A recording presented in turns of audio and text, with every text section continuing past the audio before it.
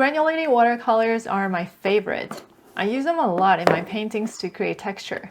Today, I'm really excited to try out this amazing set by Schmincke. This set comes with 40 different colors, organized by themes. There are 8 sets in total, with 5 colors in each set, curated for that specific scenery. This is such a beautiful set, so I've been thinking for a long time how I should try them. Well, I could just test the colors on the color chart that came with it and do a swatch, but it doesn't seem to do this set justice. These 8 sets are also sold separately. Their packaging is a bit different than this. Each comes with a beautiful painting for that theme. Because I'm trying to improve my landscape painting, I think it would be a really good idea to paint my own 8 paintings. But I still don't think this is good enough. Just following their suggested scenes doesn't really allow me to fully test out the potential of this set of paints. I want to see if I can use one set of colors to paint another scene instead of the one it's curated for. So I'll use this wheel to randomly pick the color for another theme. Wait, it's crazy hard right off the bat. Painting volcano with Shire colors? Basically a green volcano? I'm starting to regret this. So here are my rules. 1. I can use each color set only once. And 2. I cannot use the original color set. I'll have to respin to find a different one if this happens. Alright, I got my own roster of colors that I should be using for each scene. Now I can finally start painting.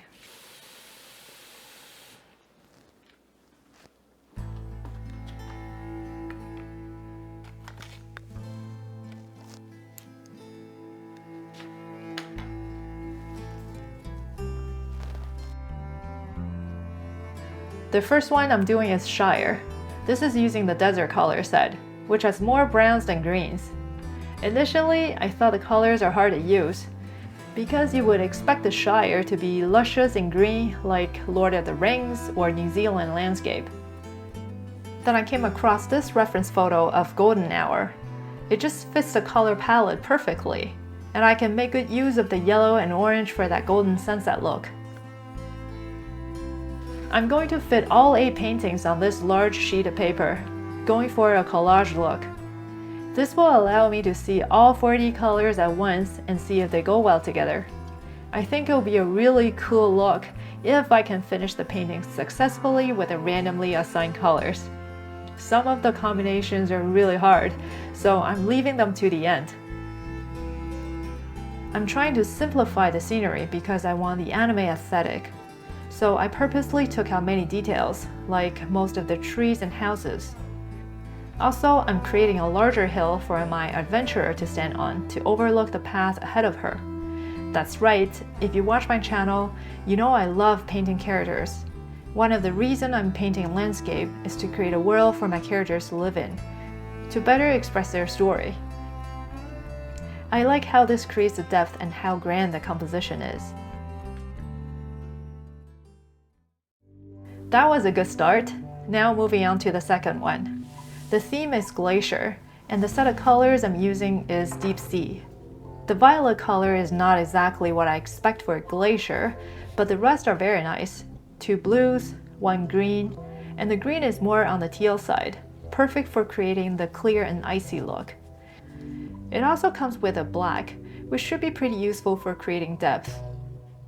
Instead of a far-away shot of a gigantic block of glacier ice, I want to paint the blue ice close up. That's why I looked up for photos of ice caves. Then it's time for saran wrap. This is one of my favorite techniques to create a texture of ice. The key is to put on saran wrap before paint dries, and be patient while it's drying. Oh, another key is to use granulating colors, which is perfect for this. So I'm going to have dinner and let it dry.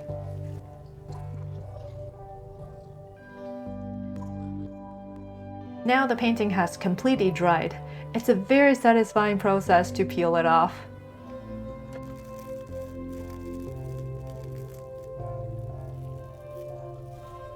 I'm pretty happy with the result. The granulation pattern combined with the lines created by the saran wrap is just amazing.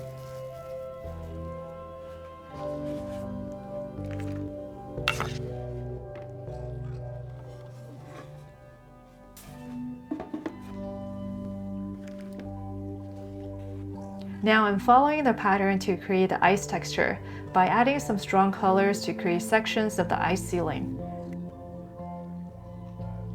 For the side of the cave and the ground, this is where the black comes in handy.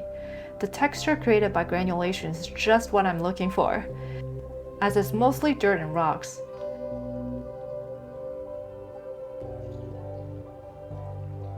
Then I'm painting the river.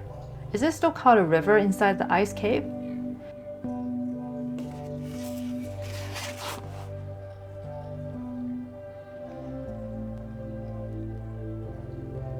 Outside the cave, there are some mountains. I'm diluting the black into a light gray and using it to paint just the silhouette, so they look like they're really far away. Now I'm adding our character here to show the scale of the cave. Oh, she's so tiny! She's wearing snow boots. Can you actually see? She's the same character as the first scene, and she will be with us for the rest of our adventure.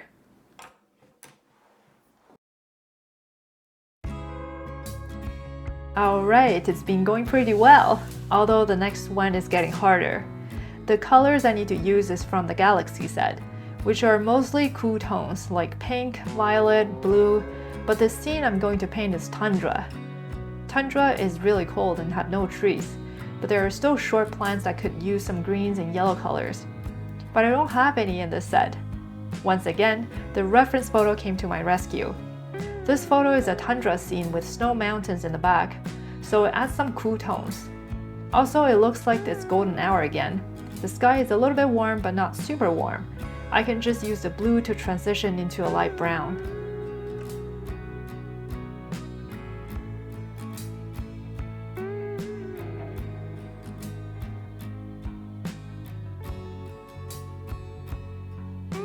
The sun is setting, so there are a lot of dark shadows on the mountain and on the land. You can't actually see the plants, so there's room for me to tweak colors here. Color is not the most important thing in a painting. Values are.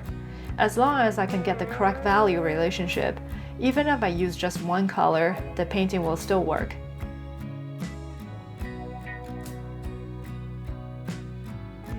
This time, our adventurer is determined to cross this vast land. Everything is covered under a golden glow, so let's give her some highlights as well.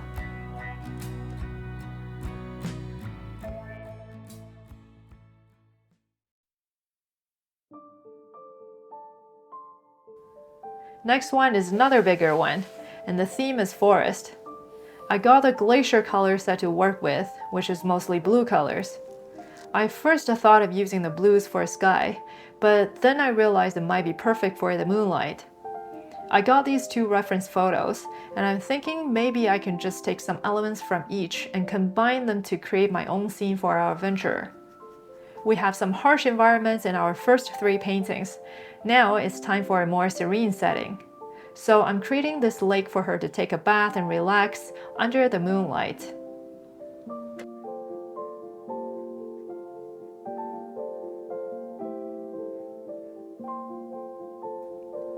Luckily, I have a brown in this set. I'm using it for some base tree colors, and most importantly, I dilute it to paint the glow of the moon. It'll be nice if it's a less muddy color like a yellow, but this works pretty well. Pretty realistic and cinematic.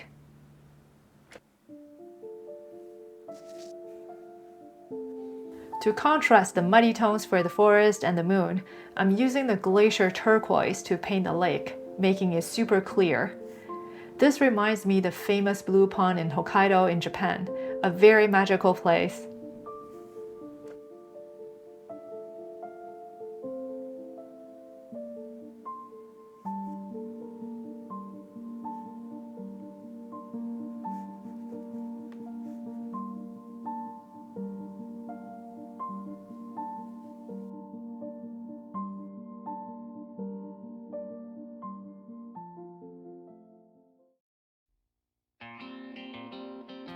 Next one is the desert scene. For a desert, the first color that comes to mind is yellow. But I got blues and purples here from the Tundra set. This color set is definitely a more challenging one. After browsing some reference photos, I decided to paint the night view or sunrise in the desert, because this allowed me to paint a darker sky. And having violet and blue actually provides me more range of hues I can use. Combined with the granulation, I can make the sky more interesting.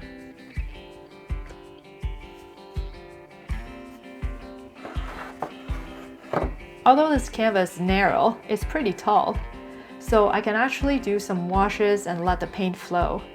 I'm tilting it to let the paint flow at an angle, texturing the colors of the sky, really showcasing the granulation. I decided to go with a night scene, so I added a moon here. This creates a perfect backdrop for our adventurer, enjoying herself at the top of the dune. I've never been to a desert, but I assume it'll be much more enjoyable at night than during the day. Or actually, will it be really cold?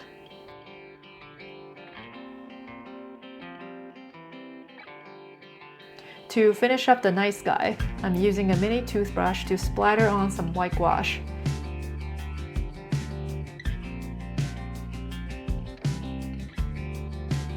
And I'm using a tiny brush to make some stars slightly bigger than the rest.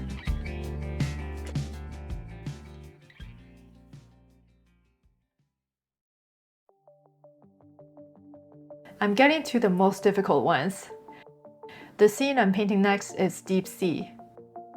The colors are not too bad for this one because I'm using forest color set, which is mostly green, and the ocean can sometimes appear to be deep green.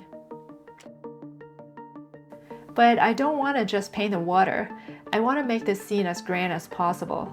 So I decided to paint an undersea world. The most difficult part for this one to me is not the color, but how to convey the feeling of being underwater. I first painted the light source at an angle, then I left the paint to dry at that same angle to preserve the pattern.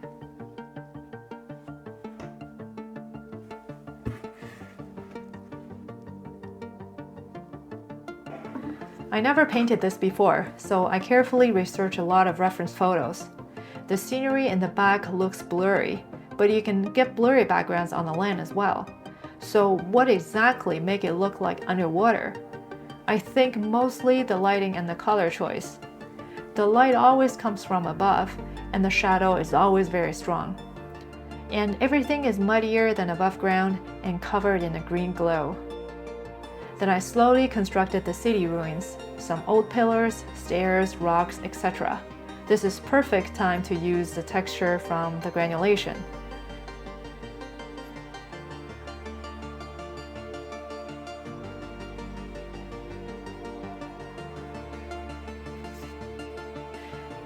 This time our adventurer is diving. She's just swimming over a cliff and is in awe of her discovery of this ancient city ruin.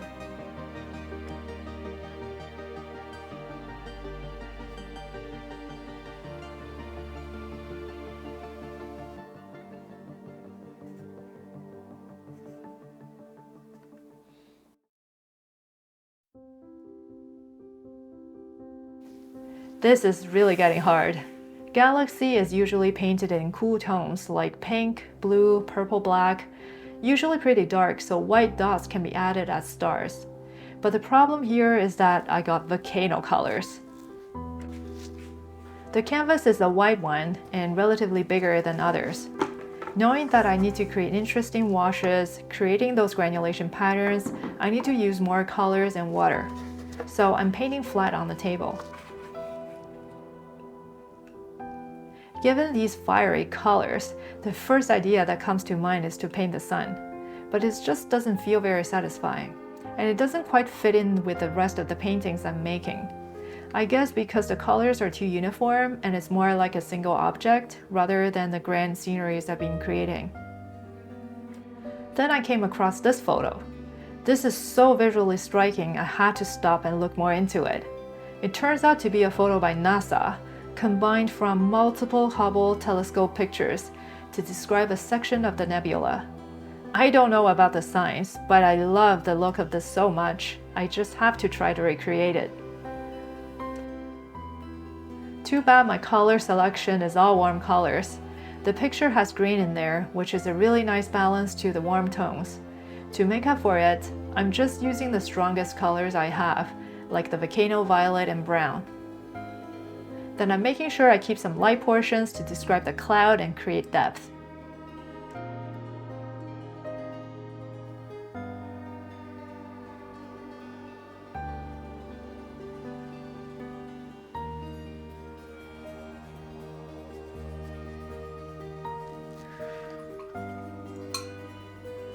Once I put down the wash, I let it dry completely before adding stronger colors and our adventurer.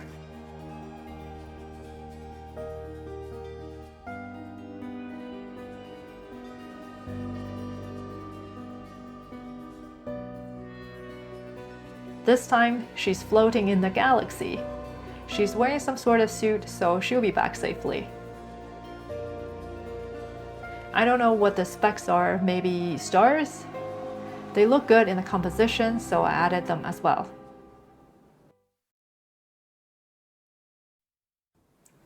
Alright, finally we're doing the hardest one, green volcano. This made me think for a few days, and not only about how to paint it, but what painting landscapes mean to me. Every week, I spend 40 hours on work, 20 hours on art, and the rest of the time, exercise, cook, eat, and sleep. I really can't afford to spend time to travel to scenic places. But painting sceneries with characters put myself in their experience. I'm seeing the world through their eyes. I think I started to enjoy painting landscape more and more for this reason.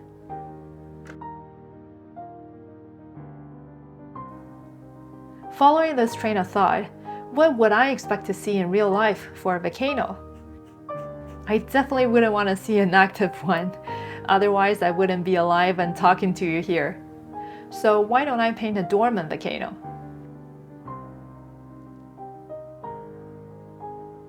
I found this volcano reference photo which was taken in Iceland, with fertile soil in the crater, and the sheep are being raised in there, feeding on the grass. There's also a small building on the side, which I have to add to the painting as well, because it's just so interesting. This is also how the idea came together for this series of paintings. It was originally 8 scattered scenes, but by having our adventurer going through all the scenes, they're now connected. She's always been by herself, and finally she found life. I'm seeing the 360-degree drone shot of her standing at the edge of the crater, exhilarated. Alright, this is the final stop for our adventure, and for now, her story ends here. But I will still see you in the next video. As always, this painting and prints will be available in my shop, and thank you for watching.